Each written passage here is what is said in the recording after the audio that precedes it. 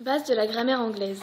Verbe d'action. C'est un mot utilisé pour décrire une action. Un verbe sert à raconter ou affirmer quelque chose sur une personne ou une chose. Par exemple, swimming, dancing, reading, eating. Ces verbes disent que la personne fait une chose. Rose looks. Sheila eats. Le verbe indique qu'elle rit et qu'elle mange. Un verbe peut aussi dire ce qui est fait d'une personne ou autre chose. The window is broken. Suraj is being scolded. Le verbe indique que c'est cassé et qu'il se fait gronder. Le verbe peut aussi dire dans quel état une personne ou une chose est. The man is dead. Simran is sad. Ici, le verbe indique que l'homme est mort et que la fille est triste. Il y a 3 temps de base dans la langue anglaise, le présent, le passé et le futur. Le temps du présent. L'action qui se réfère au temps du présent et au temps du Le verbe décrit l'action qui se produit dans le moment présent. I write my homework in the evening. I always love dogs.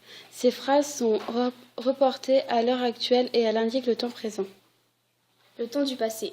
Un verbe qui désigne l'action achevée est dit être le passé simple. Généralement, un ed est ajouté à la racine du verbe, mais il y a beaucoup de verbes irréguliers. Par exemple, I wrote a letter on Tuesday. She was drunk last night. Ces phrases indiquent quelque chose qui s'est passé dans le passé, donc c'est du passé simple. Le temps du futur. Le verbe se réfère à une action qui va se passer plus tard ou dans un avenir proche. C'est appelé le futur simple. Par exemple, Mom will cook pasta tomorrow.